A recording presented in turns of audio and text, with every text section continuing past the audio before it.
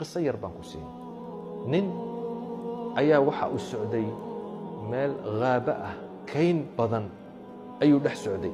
كين تاسو اسكا داوانيي هودا سو اسكا قادانيي كدبنا اسagoo oo hawada qaadanaya oo kaynta dhax socda wuxuu maqlay cod ku soo ordaya guux buu maqlay waaba libaax wuu orday ninkii xoog buu orday waa libaax inta lag ninkii siduu u ordayay ayaa waxa ka soo horbaxay ceel baa ka soo baxay aad iyo aad u dheer libaaxina wuu soo dhow yahay ninkii ceelkii inuu isku tuuro doonay kadibna xarig ayuu helay xarigii buu iska laalaadiyo ceelkii buu ku yara dhacdhacay dhaxda markuu socdo ayuu eega hareerihiisa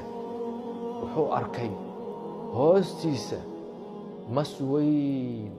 ayaa jooga oo ceelka guntiisa fadhiya wuu naxay dushiina waxaa u jooga waa libaax hoostiina waxaa u jooga waa maskaas isaga oo naxsan oo meeshaasi jooga ayaa wuxuu arkay laba jiira oo xarigii isku dayay inay cunaan uu naxay xarigii buu dabadeedna bilaabay inuu lulo si uu labada jiir ugu diido isaga oo sidaa ku jira ayaa qoyaan buu gacanta la helay wuu eegay waa malab shinni ku samaysa meel malabkii buu goostay wuu dhadhamiyey macaan ayuu la noqday malabkii buu macaansaday wuu cunayey isaga oo xaaladdaa ku jira waa mas baa ka hooseeya weyn korkiisana libaax baa jooga